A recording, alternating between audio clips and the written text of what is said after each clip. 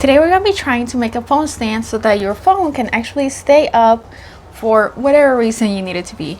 But we're going to try and make it really cute. All the options that I found, they're a little bit weird looking or they're plasticky, but I really wanted to try and make it in felt so I could like cutify it and make it fun.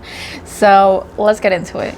First thing we're going to look at is just more or less how to make the base. So since I'm making this up, I'm just gonna use the approximate, which looks about to be 5 inches. Unfortunately, I don't have chalk with me, but that's okay. I'm just gonna make it work with the pencil and start drawing around, because what I really want to do is just create like a sort of semicircle leading up to about halfway through the size of my phone. It's about 3.5. So you can sort of see that even though I don't have the chalk, there's still like a raised edge right around here to let me know where I made my markings. Now that I have the main size, now I'm going to slightly curve it all around to give it a little bit more shape. So my cat head, I'm gonna say it's gonna be about 2.5 inches. How tall it's gonna be, I'm just gonna try and cut almost like a perfect square. I like my cat heads to be a little bit more oval. Chop off a little bit. Trim off the corners to make it a little bit more of a round shape. And then go up for the ears. Straight up. A little bit down. And cut. And I have a cat head. I'm gonna grab another piece of the felt and just replicate it. And now I'm going to be cutting the beans. Do them about 1.5 inches. Cut it down the middle, more or less where the 2.5 would be. And for how tall they will be, it's going to be about 1 inch, but I am leaving a little bit of seam allowance. I'm cutting it at 2.5. And since I'm doing it with basically like scraps, trying to use as much fabric as possible, then we have some funky edges going on. And I'm gonna cut it in half, put it next to my cat. And thankfully felt is very forgiving, so we never have to worry about true perfection. So we have somewhat of a circle shape. Now that I have my 2 beans, I'm gonna use that as a reference for the other ones. Beans are not exactly the same in real life, so don't focus too much on making them match 100%. So now I'm going to cut up a little section. I'm gonna do it about 5.25, about 1/2 inch for the phone size, 1/2 inch for the cat head, and then a little bit extra so that it attaches to the back. So that makes it 1.5. Then I'm going to start cutting the back of the cat, and I'm just gonna make it the same shape as the one that I already have. I'm going to cut out a strip that goes all around the edge to basically try and like travel the back of the cat. Just travel it all around and see where it ends up, which it looks like it's exactly this little strip here. So I guess this is the thickness we're gonna go with. I want to say this is about 1.5 inches.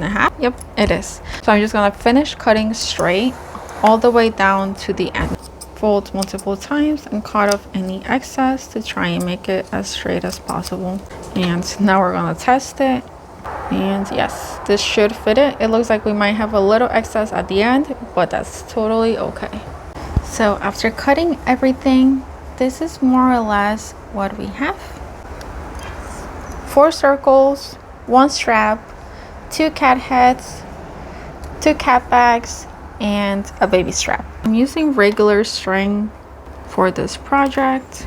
I am getting a pretty long piece of it though, just so I don't have to do multiple knots. If you instead have some of the heavier weight embroidery thread, then you only need to do like one layer of it, but because regular thread is way skinnier, then I'm just being safe. All right, so first up I'm going to be doing the beans, going from the inside out so that my knot is not visible. And before we close it up, we're gonna add some rice inside. do one more stitch, pass it through the loop, and tug at it. Once it's nice and tight, then we can cut.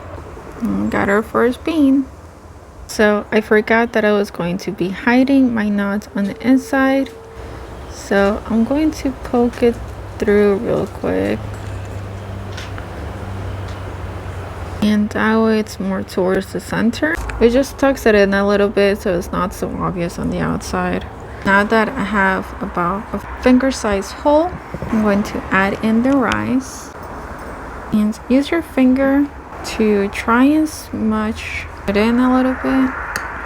I didn't do that on the first one, and I'm pretty sure that's why it ended up being so not full. So to make the cat face, I'm just going to again start from the middle and sew across.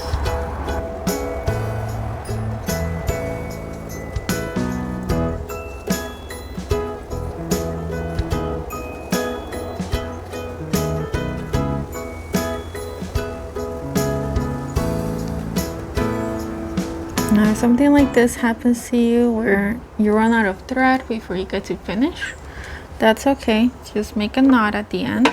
In the same place where you did your last stitch, go back with your new one, put your needle through, and you just pretend like nothing happened.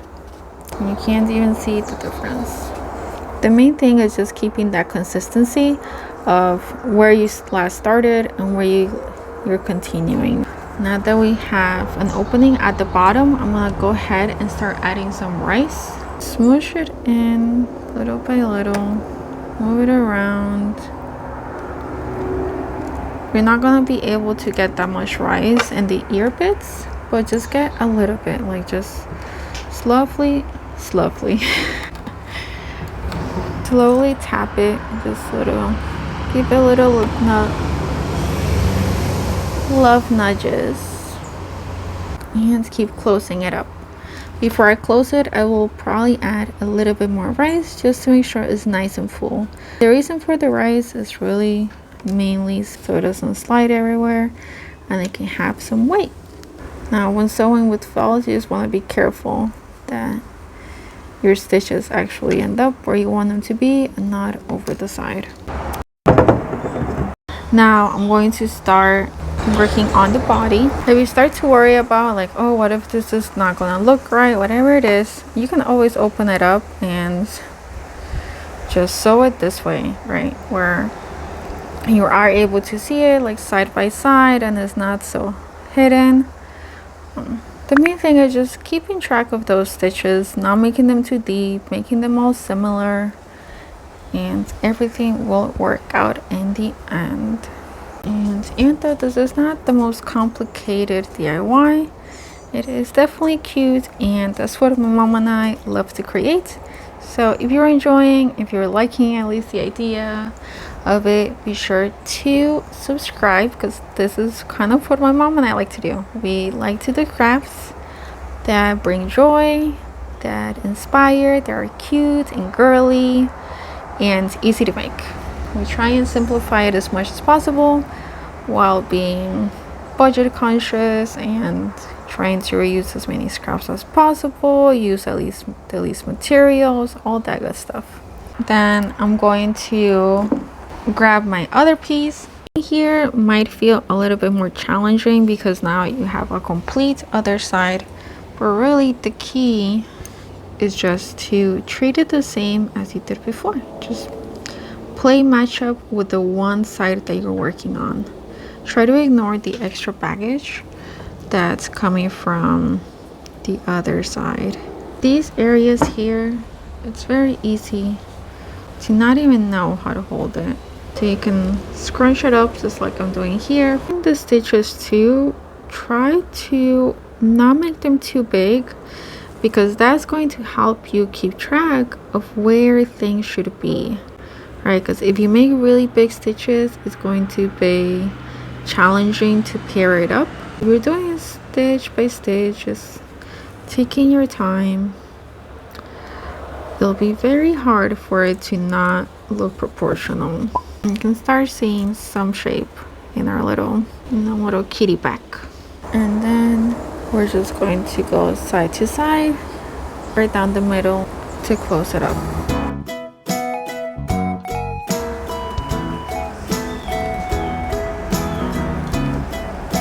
And I'm just gonna use the cling wrap to help direct the rice through as if it was a little funnel. Now to add the batting, since I'm keeping my hole here at the very bottom and my rice is loose, I'm just going to start smooshing it in. As I'm adding it, I'm just shaking the weight again to the very bottom. I'm almost using the batting as a way to help keep my rice in place too. At the bottom where it might escape, this is helping it stay where it should. Alright, it's looking nice and fluffy. Just squish it until it feels right for you. And once I finished adding all my batting, then I am good to start poking out the little fabric bit that I had pushed in and finish off the stitching. For the head, I'm going to be stitching the head right at the middle, right up against the edge of the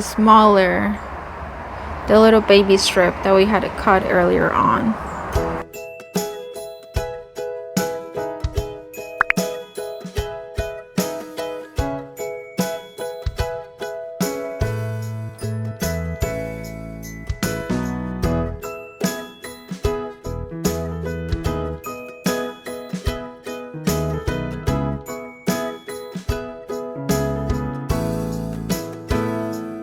With that, we got half of the cat head and its righteous home. So now I'm going to add one of the beans slightly on top of the head. Same needle, same thread, just following the shape. And since I want it to really stay above the other, I'm just gonna make a couple of stitches from the head to the back side. And whenever you're sewing that little edge, really the key is going to be to almost like thread after the little edge ends. So you put it right after the end, so then it becomes like a little roll that's happening on the felt itself, rather than it being a stitch where it's still going to have a loose edge because of the material. Now that I have two pieces, so I have my back and I have my front, I'm going to start putting it together, doing somewhat of a measurement, a push pin here to basically let myself know where it was that it ended. So when I flip it around, you can see this edge and this edge. Doing the stitches here, also sort of grabbing like the middle area just for extra security. With this edge, I'm just going to match it up to close it here at this corner. We're going to finish making our little stitches at the bottom. Alright, so for the cat head, I'm focusing on squishing the rice down. Is that I'm just gonna start poking from the back to the front, and then I'm adding a stitch, just poking the back of it and then poking the front. And this is how our project turned out. I think it is absolutely adorable. I love how it looks, and hopefully you enjoyed making it. If you do make it, make sure that you give your cat or go visit a cat at a shelter and give it some love, because they are truly amazing creatures that deserve to be celebrated for the adorableness that they bring to our lives. So if you want to see more projects with felt, be sure to check out this video with my mom.